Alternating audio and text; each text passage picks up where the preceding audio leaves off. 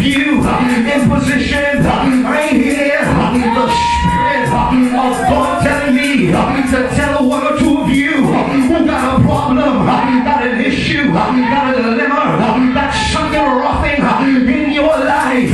Not to worry, but make up in your mind to be happy.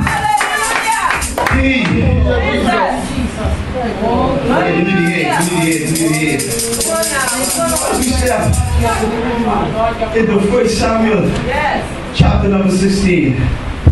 We see a troubled Samuel. We see a disturbed Samuel. And the reason that the prophet is disturbed, I believe that it can rightfully be articulated that God sometimes repositions us. And repositioning now is definitive, and it is an equilibrium to change. Whenever God moves you and moves things around you, it is because He's beginning now to dictate change in your life. And if there's anything sometimes that would disturb you, that would frustrate you, that would cause you to go into deep thought and meditation concerning the things of God, it's when the fiery darts of change is shot towards you. But one of the things we got to understand as a church is that change now is the inevitable. We can't sit around and live life. We can't sit around and sissy around. We got to make up in our mind that come hell or high water, I know whose report that I believe. We shall believe the report of the Lord. And so here we have Samuel.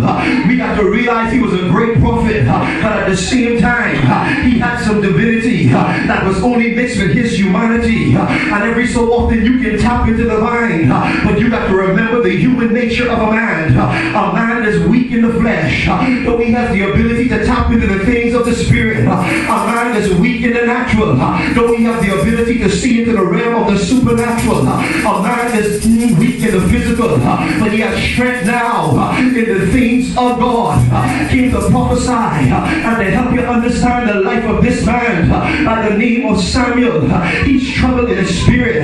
He's on the verge of giving up. And just when he's about to give up, 1 Samuel chapter number 16, love it.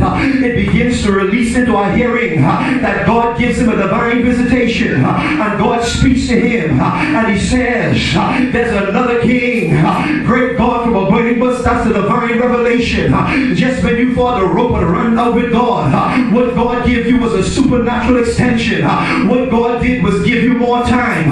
What God did is elevate you even more. What God did was set before you an open door, an effectual door of opportunity. Just when you thought that everything was about to run out on you, what God did was super propel you in another level, in another realm, in another sphere, in another dimension. What God did was uplift you. What God did was transform you. What God did was transition you. What God did was escalate you. What God did was pull you up. This is why David says, He is my glory and the lifter up of my head. In other words, you was walking around with your head hanging low, and God showed up and touched you from the bottom of your feet even as unto the top of your head. He touched you and shaped you in a brand new way. But what he did was super propel you dimensionally in your life. Here is Samuel, and the situation is sorrowful. His situation is bitter, because here it is. Israel had rejected him, and just when